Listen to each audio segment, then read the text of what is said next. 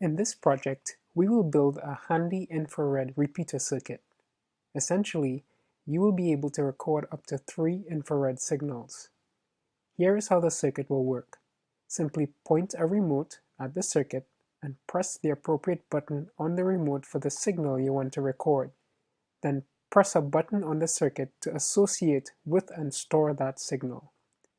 Later on, to play back that signal, point the LED on your circuit to the device you want to control and press the button. The cool thing about this project is that even when the circuit is powered off, when it is powered back on, the signals you stored are persisted so it remembers them. You can house your circuit in a box, and you have a universal remote that can copy and play back any IR signal. How cool is that? Let's take a look at the objectives. By successfully completing this project, we will have mastered the following items. You will understand how infrared receivers and LEDs work. You will learn how to connect an IR receiver and LED in your circuit. You will also be introduced to the popular IR remote library for working with IR components. You will see how easy it is to record and play back signals. And you will be introduced to the EEPROM and its get and put methods for storing data that can be retained even when the Arduino is powered off. If you are ready to begin, let's get this project started. Here are the parts we will need: an Arduino Uno, a USB cable, a breadboard, an infrared receiver. We'll be using the TSOP382 model. It's a very popular, inexpensive IR receiver, an IR LED, a 220 ohm resistor, 3 push-button switches, and connecting wires. Before we get into our projects, let's first talk about infrared technology, or IR. IR is a common, inexpensive, and easy-to-use wireless communication technology. IR light is similar to visible light, except that it has a slightly longer wavelength. IR is undetectable to the human eye and is perfect for wireless communications. Here's how it works. IR signals are all around us, but for a device such as your TV to pick out signals from your remote among all other ambient IR signals, the IR signals transmitted are modulated. Modulating a signal is like assigning a pattern to your data, so that the receiver knows how to listen for them. A common modulation scheme is called 38 kHz modulation. There are very few natural sources that have the regularity of a 38 kHz signal, so an IR transmitter sending data with that frequency will stand out among the ambient IR. When you hit a key on your remote, for example the volume up button, the transmitting IR LED will blink quickly for a fraction of a second and transmit the modulated, encoded data to your appliance. The receiving device will then demodulate the signal and output a binary waveform that can be read by the microcontroller. In our project, we will take the input from a remote, store the sequence that is sent to our circuit, and play it back on demand. Pretty cool, huh? The IR receiver has 3 pins. The VCC pin is connected to 5 volts. One pin is grounded, and the other is the signal pin, which is connected to your Arduino. Let's take a look at the circuit diagram for our project. In the first circuit diagram, we'll simply be demonstrating how an infrared signal can be received and transmitted again. For our IR receiver, there are 3 pins. One of the pins are connected to 5 volts, and another pin is connected to ground.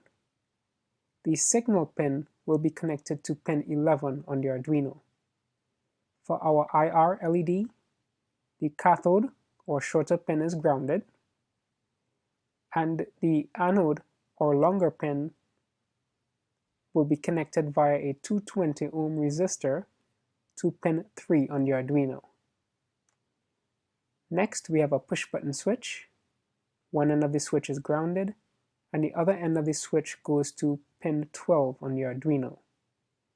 Also, you have to remember to connect the ground pins and the 5-volt pins to the ground and 5-volt rails on the breadboard. That's the wiring for our circuit.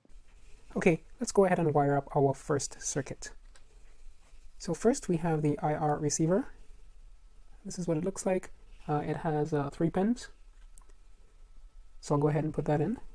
I'm going to use a smaller breadboard just to make the circuit a little more mobile when we test it out. So this is a smaller version of a breadboard. Things might be a little tight, but we'll try to get everything in there. So there is our receiver. Then I'm going to put in our infrared LED. So as you'll notice, it looks a little different from our normal LEDs. It's clearer, but this is an infrared LED.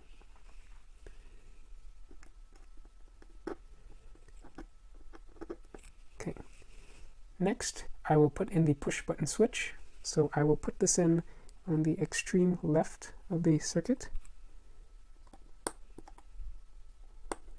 All right, so this goes in snugly there. Let's first connect the infrared receiver. So from one pin, the leftmost pin, we're going to go to pin 11 on the Arduino. That's the signal pin. All right, so I'm going to connect that to pin 11. The middle pin is going to be grounded, so I'll make that connection now. And since on our IR LED we also have to ground the cathode, I'll just connect this here, connect those 2 pins together, and then I'm going to jump from that pin to the ground on the Arduino. So I'll go from ground on the Arduino, and I'm going to go to ground here. All right, so essentially we have grounded both the IR receiver and the IR LED by that connection. Next, we'll connect the 5-volt pin on the IR receiver. So that goes to 5 volts. Go across here, and I'll make that connection to 5 volts. Okay, so that is that connection. For our IR LED, we have that resistor. So I'm going to put that 220 ohm resistor, and that has to go to pin 3 on your Arduino. So I'll go ahead and make that connection here. And the other end of that resistor will go to our pin 3 on the Arduino. Okay, so as you notice with this smaller breadboard, the same concepts apply like the big breadboard in that these rows here are horizontally connected. Okay, and there is a break in the middle of the breadboard again, so just bear that in mind. The similar concepts apply. Now let's finish up with our switch. So one end of the switch goes to ground. So I'll make that connection here. And we can use that same ground connection. All right, that's with our LED. So I just connected it along that same row. All right, it's kind of difficult to see here, but all of these are on the same row. They're all grounded. And then the other end of our switch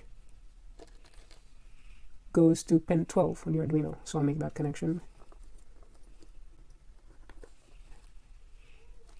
And we're going to go to pin 12.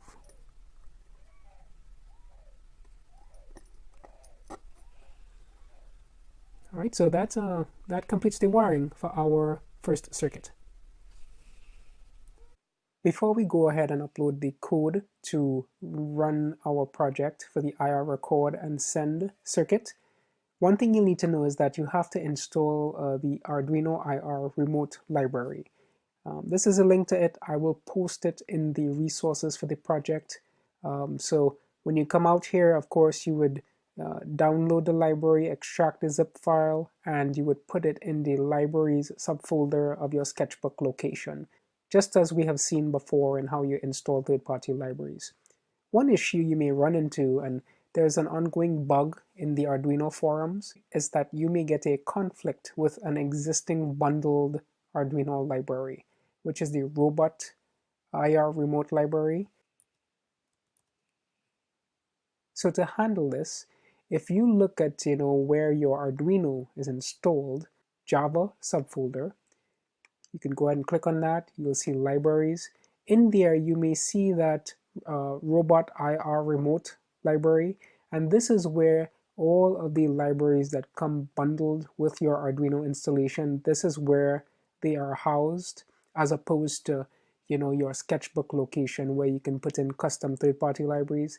When Arduino is installed, anything that comes bundled with it is located in this Java libraries subfolder. Go ahead and delete that robot IR remote folder and everything that's everything that's within there, and restart your Arduino IDE, and that should take care of the conflict problem. For those that are on Windows, you can find that path very easily to wherever your Arduino is installed and go to the Java libraries folder. For those of you that are on the Mac, what you'll need to do is you'll need to click on your Arduino app and do show package contents, okay? And then when you look at the contents, that's how you could get to the Java and that library subfolder to delete the robot IR remote library. But just wanted to make you aware of that in case you run into any issues. And again, this depends on the version of the Arduino IDE you have installed. The later versions should have corrected this, but you may run into issues there.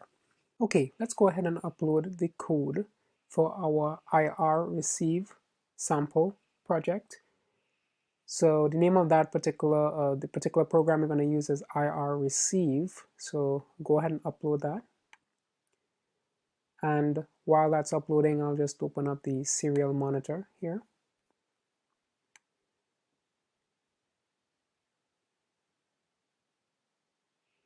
So essentially what this program does is it shows how the IR receiver actually receives a signal that is sent via a remote.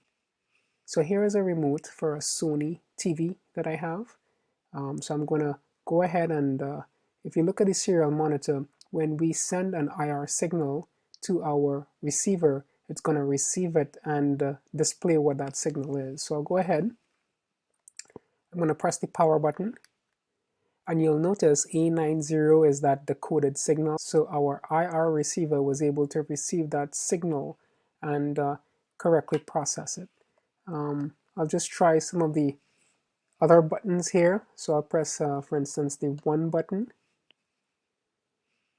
All right, so you see 10 showing up. I'm going to press the 2 button. I'm going to press the 2 button. There we go. The 3 button. All right.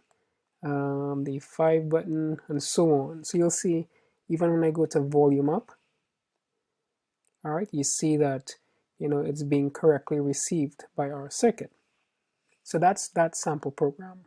So in our next program, the IR record, we're actually going to send a signal to our circuit, and then when we press the button, that signal is going to be played back. So I'll go ahead and upload that code now.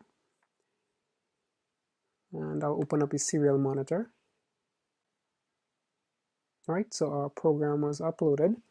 And I am going to, let's press again, the power button for our circuit. So I'll go ahead and press the power button. So as you can see, it says receive the Sony, and it tells you what the code is. And now, if I were to press our button on our circuit, it actually sends that back out. So it's sending back out that code. Similarly, for the volume, so I'm going to press the up volume button here. So it received that 490 code. And if I press the button, all right, as you can see, it's going to play back that particular code. So that's pretty cool in that, we're able to send. Let's try out the number 8 here. I'm going to press the number 8 button. All right, so it received that code. And again, I can play that back. All right, so that's pretty handy and pretty nifty and pretty cool. It's using the IR receiver to receive the signal, and then it's using the IR LED to play back out the signal.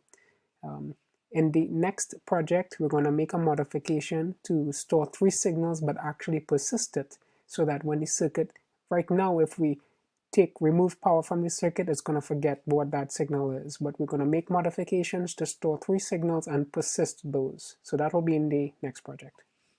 Okay, let's take a look at the code for our IR receive circuit. This was a example program written by Ken Sheriff, who wrote that great infrared library. So this is what we used to be able to receive a signal on our IR receiver.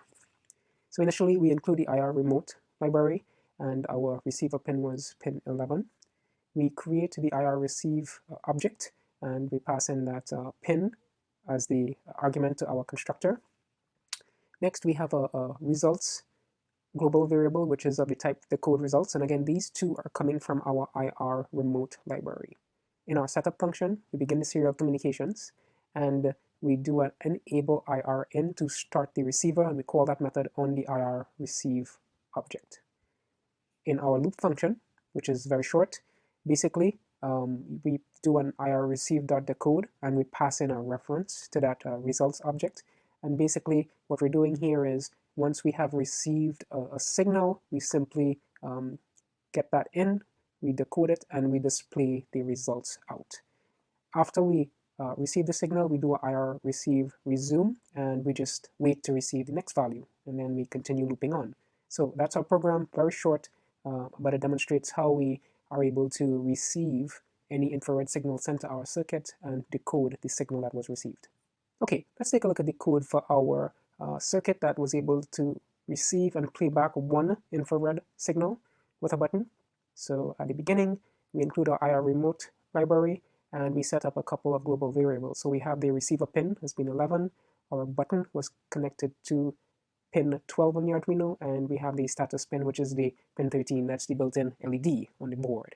Next, we construct our IR receiver object, passing in the receiver pin, and then we also create an IR send object. So those are those two variables there.